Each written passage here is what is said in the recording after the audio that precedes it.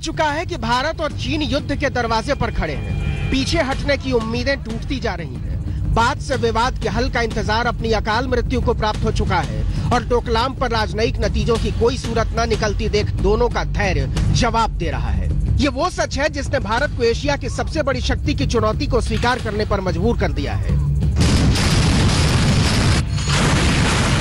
China ने अपने लिए बहुत बड़ी मुसीबत खड़ी कर ली है डोकलाम में एंट्री करने के लिए। हर प्रकार की कोशिश कर रहा है कि किसी ना किसी तरीके से हिंदुस्तान जो है उसको फेस सेविंग डिवाइस दे, क्योंकि अगर तो जीपेंग की छवि गिर गई तो जीपेंग अपने आप को जो मौ के बराबर खड़ा करना चाहते हैं वो असंभव होगा। इसी को ध्यान में रखते हुए उनकी तरफ से रोज चेतावनी आ रही है। भूटान, सिक्किम और चीन के 3 मुहाने पर सैनिक तंबुओं की तादाद बढ़ती जा रही है। सैनिक बूटों की कदम ताल बढ़ती जा रही है। बढ़ती जा रही है बारूद की गंध, तनती जा रही है सैनिकों की भ्रिकुटी। एक तरफ जिद और दूसरी तरफ जज्बात। डोकलाम अब मात्र जमीन का एक टुकड़ा नहीं, युद्ध की डुगडुगी है। अब बजा कि तब बजा। कब्जे की नीयत से आंख गड़ाए बैठा चीन अब बेसब्र होता जा रहा है और जिस दिन भी उसका सब्र टूटा, टैंक कूच कर देंगे। 7 हफ्ते की तनातनी के बाद चीन ने डोकलाम में अपनी चाल तेज कर दी है। पीपुल्स लिबरेशन आर्मी के लिए चीन ने डोकलाम सीमा पर 80 नए तंबू लगा दिए हैं। चीन की तैयारियों को देखते हुए भारत भी चौकन्ना है। हमारा संदेश बहुत साफ है, चीन किसी भी सूरत में हमारी तैयारियों को कमतर समझने का मुगालता न पाले। भारत ने भी सुकड़ा की 33वीं कोर से भारत चीन सीमा पर सैनिकों की तैनाती शुरू कर दी है।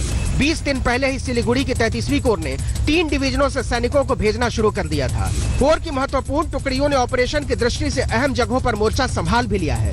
सिक्किम के उत्तरी और पूर्वी इलाकों में सीमा से आधा से 2 किलोमीटर की दूरी पर इनकी तैनाती की गई है। बिल्कुल, डोकलाम में जो सिचुएशन है, जो स्टैंड अप इतना हफ्ते का चल रहा है, इसमें चाइना को पूरा पता है कि उसका स्ट्रेटेजी जो है, operational strategy against India, particularly Asian area में और साउथ एशिया में भी, it wants to remain number 1 power. But China को ये बिल्कुल पता है कि इंडिया जो है, इंडिया का progress, particular in strategic progress जो इंडिया का हो रहा है for the last 2-3 years, India में surpass China in another 15 to 20 years, and that will definitely happen both strategically, defense wise, so as also in economy. So that is the fear China is having. Bhutan की जमीन पर कब्जा जमा कर चीन न केवल भारत को नीचा दिखाना चाहता है, बल्कि दुनिया को यह संदेश भी देना चाहता है कि सीमा विस्तार की उसकी भूख के रास्ते में जो भी आएगा उसे युद्ध का सामना करना होगा।